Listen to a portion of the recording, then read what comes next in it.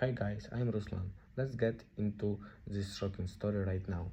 The voicemail clicked on by itself. My brother's phone left face down on our kitchen island and my wife's voice filled the room. Not the voice she uses for receipts or neighbors or the kind she puts on when she answers spam calls with a fake British accent to amuse me. It was the private voice, soft-edged, close, the one that leans in. Don't call, just park by the spruces, she said. He's home. I stood there holding a grocery bag with eggs, a loaf of sourdough, and a stupid bunch of bright radishes that suddenly looked like decorations for a theater set I hadn't realized I was on. Hey, my brother's voice whispered back, thinner through the tiny speaker. I love you. A clatter, the sound of a car key dropping on a console, and then the 3 silent seconds of a phone that doesn't know whether it has failed or not. Auto-delete in 10 days, the robotic voice added, cheerful, like a shopkeeper closing up. I didn't hit replay. My body did, thumb moving like it belonged to a man who needed to be sure the floor was the floor and not a painting of one. Don't call, she said again. Park by the spruces. He's home. I stared at the two bright nicked lines on the island where my brother, Evan, had once opened a bottle with a flathead screwdriver and declared it innovation. I could hear the refrigerator hum, the tick of the cheap clock above the stove we always said we'd replace, the careful breath my life was taking to see if I would exhale. Mark, Sienna called from the hall, the sound of her keys like a tambourine. You want me to start the oven? I flipped the phone over and saw his lock screen. A photo of the river at dusk, gray-blue, the kind of light that helps cowards. I slid it an inch toward the fruit bowl like a magician clearing the trick. Yeah, I said, and my voice sounded politely alive. 420. She smiled when she walked in, the left corner of her mouth finding the place it always goes because muscles learn love. Radishes, she grinned, the way she does when she wants to tease me for buying pretty things that taste like a dare. Looked like spring, I said, even if it's pretending. Evan came back from the garage with the ladder over his shoulder as if masculinity needed props. Bulbs out over the porch, he said. You got the outdoor kind, or am I making a hardware run? I looked at my brother, the familiar slope of his shoulders, the colic he never conquered, the way his smile always landed a little too hard. We have the same hands. We do not have the same temperature. He was born running. I was born making lists so he didn't trip. In the drawer, I said, left of the stove. On it, he set his phone back by the fruit bowl, casual, as if it weren't a loaded room with a door to an address I had lived at for 11 years. When he lifted the ladder and Sienna reached to steady it, their fingers didn't touch. That's the kind of mercy you notice because it arrives too late. We ate roasted chicken and radishes that fought every bite, and I asked the normal questions.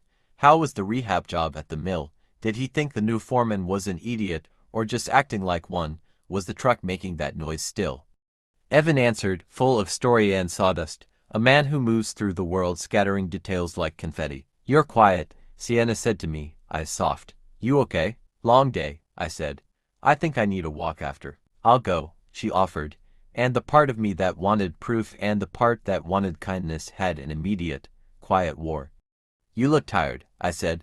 I'll just do the loop. Evan put the ladder back in the garage and banged around because he doesn't believe in quiet unless it's asleep. He kissed Sienna's cheek and clapped my shoulder and said, back for the game tomorrow, 6. Sienna laughed and said, you mean, will I make the nachos again? He grinned, and in the space behind that grin I saw a space I had never been invited to. When the door shut, the house exhaled. Houses know before you do. Outside, February had finally given up pretending to be January. The night had that hopeful damp that smells like renovation. I walked past the spruces. Our driveway has 3. We planted them with Evan one winter after our father poured too much bourbon into his coffee and called it kindness. The spruces grew anyway because plants forgive lazy lies. I stood under them in the dark and felt 2 lives lay themselves over each other like tracing paper. The one where my wife and my brother were in a room that contained something I could not name without becoming someone else.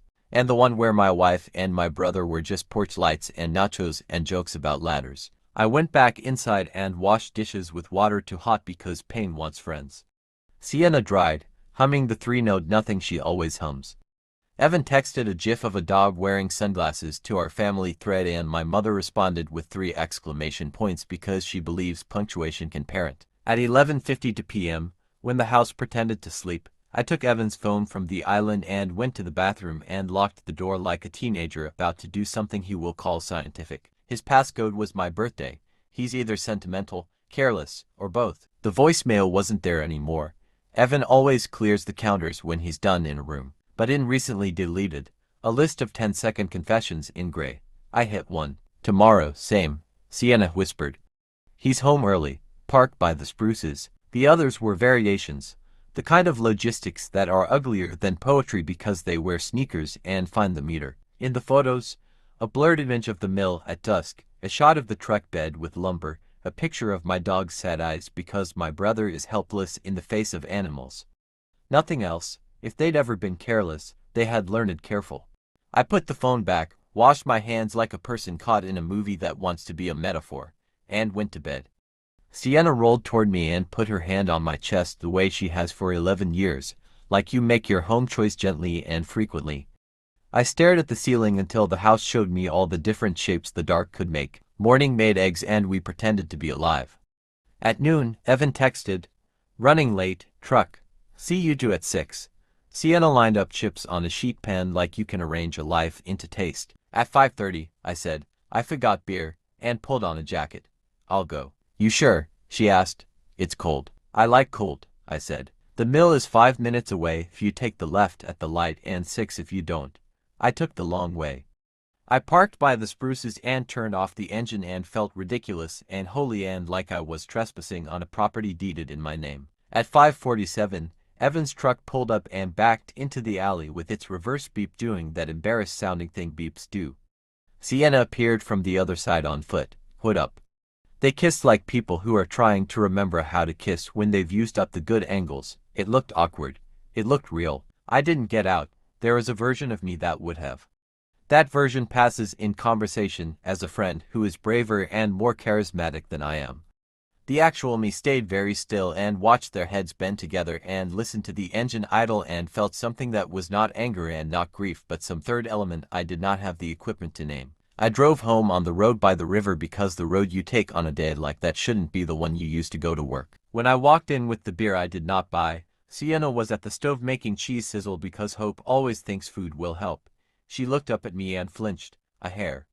"A notion, something, very small, big enough to see." "Traffic?" she asked. "Long line," I said, and my voice felt like a borrowed coat. After the game, after Evan went home, whistling and unaware that someone had moved the furniture of our house an inch to the left. After Sienna stacked the plates and I studied the curve of her neck like my life depended on geometry, I said, "Who told you to park by the spruces?" She didn't pretend not to know.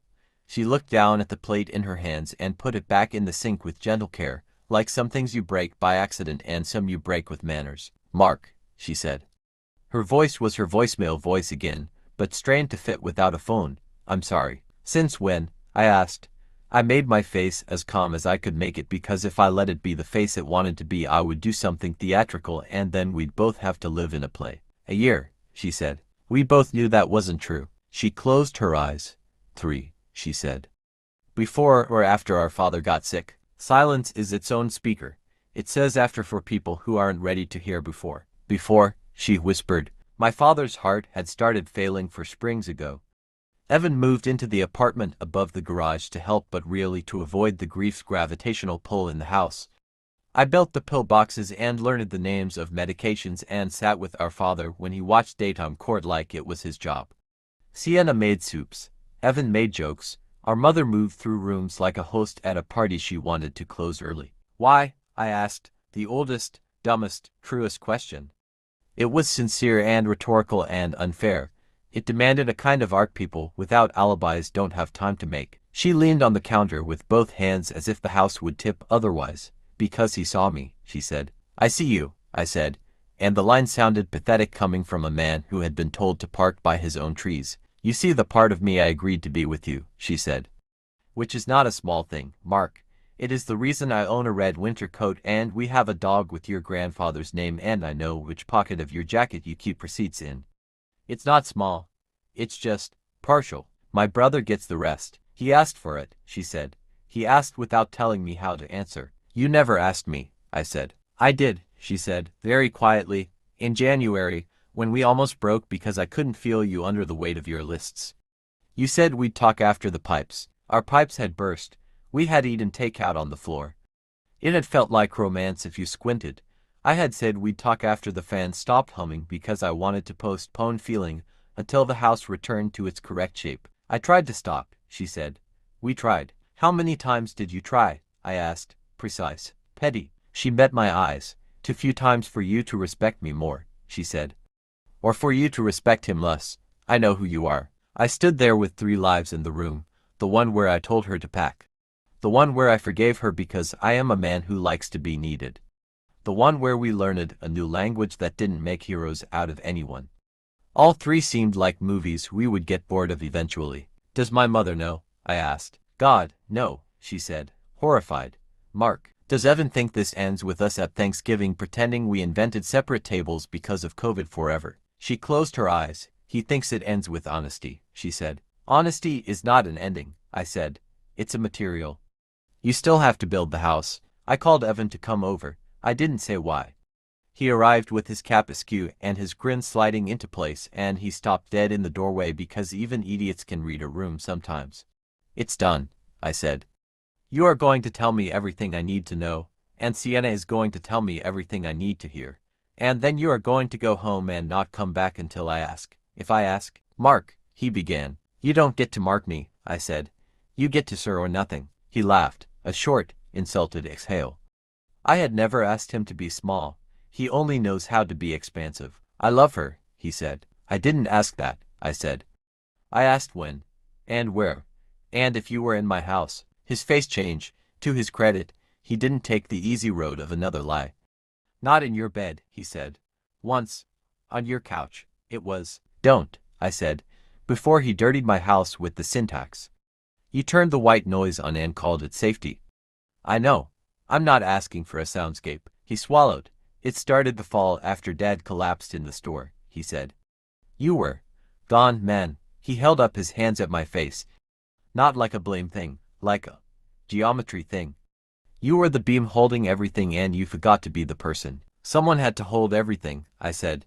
You were busy being wind. He nodded, a small, grudging motion that looked like a compliment if you squinted. Sienna's eyes flooded, then cleared. I'm sorry, she said to me, again, the 2 words stretching to try to fit. Are you done? I asked them both. They looked at each other, then at me, like a child being told to confess with the principal in the room. Sienna said, yes. Evan said, if he asks for you to go, I will be done, to Sienna, as if I were not there. I laughed then, a short bark of disbelief that sounded like my father when he used to hear a price for something that used to be cheaper. No, I said to Evan, you being done begins right now because I said so. Not because she asks. You are a man, not a mirror. He looked at the floor. Okay, he said, very small. Go, I said. When he left, he looked at me the way boys look up through the water when they've just jumped in despite the sign that says no. I wanted to pick him out and tell him the rules. I wanted to hold his head under until he learned them alone. Both impulses felt like crimes. Sienna and I slept in separate beds. In the morning, I called my mother. She said, is it Dad? As if we live on that road forever. It's me, I said. And Evan. And Sienna. She sat down without meaning to. You can hear that over a phone line if you grew up with someone. Oh, she said. Then, astonishingly. How long? 3 years, I said. Before your father got sick, she asked, clinical. Yes. She was quiet for a long while. Your father cheated on me for 6 months in 1996, she said. He told me after. I told him after what? After you finished? After you decided you wanted your life back, he said he wanted to not go to hell. We stayed because I didn't have the money and I didn't have the spine. I have the spine now. Too late. Mom, I said, startled by the way the ground changed and somehow didn't. I'm not telling you what to do, she said. I'm telling you there are 2 kinds of men in this family. The ones who go at rooms to their lives without permits and then ask women to decorate them. And the ones who walk around with a hammer before they even know what they're building. You have your father's stubbornness and my ability to cook soup when the world ends. Use both. I told her I loved her. I told her I would bring soup. I moved into a small short-term rental above a barber shop that smelled like old men and talc. Sienna came over with boxes labeled without drama, kitchen, sweaters, books, receipts. She didn't ask to stay. I didn't ask her to leave. We did the boring work of people who want to honor the parts of the life that were not a lie. Evan texted me paragraphs. He texted me one-sentence nothings. He texted rock videos from high school in an attempt to resurrect a decade that would not help him. I didn't respond. He left voicemails that sounded like a boy who had found the bottom of a well and was surprised to learn it was wet. I hired a therapist for myself because being right is a drug that makes you dumb. I started saying two sentences out loud before I reacted. I feel humiliated. I am not danger. Sienna wrote me a letter. 3 pages. It said, I do not want to be the woman who has a secret house in her calendar. It said, I will do whatever honest thing we decide. It said, if our decision is divorce, I will not contest the dog. It said, if our decision is a terrifying kind of honesty that includes how much we both stop talking in our real voices in this house, I will not perform. I met Evan at the park where we used to throw a baseball until our arms hurt instead of admitting we were scared. He looked thinner, as if shame were a diet. He said he had ended it. He said he was selling the truck because he couldn't afford the insurance and because it made a sound that reminded him of the mill at dusk, and maybe that was a metaphor. He said he was sorry in a way that made the word heavy, the kind of sorry that is not seeking absolution so much as trying to put the weight in the correct place. I don't know if we're still brothers after this, I said. Not the noun, the verb. I know, he said. I want to be your brother again. I will do the work. The work is staying away, I said. The work is learning to be a man without an applause track. He nodded. Okay, he said. I will be boring. He meant it. Boring men are the future. They file their taxes. They sweep their porches. They do not text at 1:17 in the dark to tell your wife to park by the spruces. I said, I want to be the person who is not confused for furniture. I want to know if we can talk about something other than my brother and still be in the same scene. I want to stop performing being fine for people who would watch this like TV. We made lists the way you do when you don't know what else to build. She wrote, no unscheduled absence. No lies to make someone feel better. No more calling weather fate, I wrote. No romanticizing my suffering. No awarding myself medals for not screaming. No letting my brother be interesting in my head. We told our friends. They sorted. Some disappeared because the story made them itchy. Some arrived with casseroles and bad jokes and a quality I now believe in more than love. Presence without demands. In May, our father died. He went down like a well-made chair quiet, a surprise that was not a surprise. At the funeral, Evan stood next to me in a suit that made him look like a better man than he had been, and we carried our father together. After, our mother took my face in her hands and said, do not spend another decade being the beam. Be a wall, darling, strong, but you get to hang pictures. Grief does something mercy can't.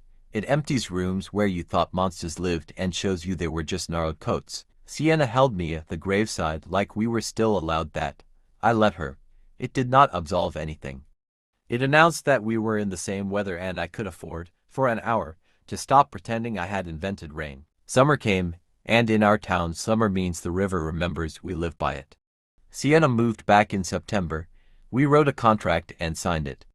It was ordinary, a list of sentences free of metaphor. Honesty, timelines, therapy, separate bank accounts until December, a shared calendar that did not contain the word spruces anywhere. Evan did not come over. He called our mother weekly. He took a job out of town. He sent me a photo of a toolbox with a caption that said, learning to fix things that don't talk back. I wrote back, good. I meant it. I wish I didn't. The last twist arrived when it wanted. They always do. In November, Sienna missed a period. She bought a test and asked me to be in the bathroom when she took it. I was, 2 lines, not an essay. A verdict without reasons, she cried. I did not. I felt very still, like pawns do when wind skips them politely. We'll test, she said immediately, the sentence falling out of her mouth like a practiced apology and a promise got married. We'll test, I said. We'll love the baby either way, she said. We'll love the baby, I said. We will not love the lie. She nodded. I want to stay, she said. Whatever the test says. I called Evan. We need to test, I said. If necessary. He said, okay, without drama. Of course. Then, I hope it's yours, like a man hoping for weather, not because he doesn't love rain, but because he has no coats left. The test said what it said. A lab Serif Fond declared the 2 lines a baby with a single father. Me? Sienna cried into my t-shirt and said thank you in a way that made me want to be a kinderman than a lab knew how to measure. We're still here. The house is different. The spruces are taller. My mother laughs more easily. Evan calls on Sundays and doesn't tell me about his dates because he is, finally, a man learning not to narrate his needs to everyone in the room. Sometimes I wake in the night and think I hear a voicemail click on somewhere in the house and my body fills with that ghastly hot-cold fear I thought would be the new permanent climate. Then the heater kicks in with its old man cough and Sienna puts her hand on my chest, and I decide I am not a man who will live by ghosts. When the baby came our son, with a cry like a small bird and a fist that grabbed my finger like an argument, I felt the entire catalog of my hate for my brother turn into something else, vigilance. Not against him, against my own worst uses of righteousness. I can be an excellent hater. The trick now is not to let it feel like a hobby I'm good at. If you need a moral, I do not have one. I have a practice. We sit down every Thursday at 7 with takeout tacos and say the thing we have been trying to say in nicer, more performative ways all week. We say it without making the other person a villain or a martyr. We say it like 2 people who choose a house because it has a roof and then learn to forgive the leaks by fixing them, not by calling the rain rude. On our anniversary, Sienna gave me a small wooden box she made in a class with a woman named Harriet who smells like cedar and tells jokes like proverbs.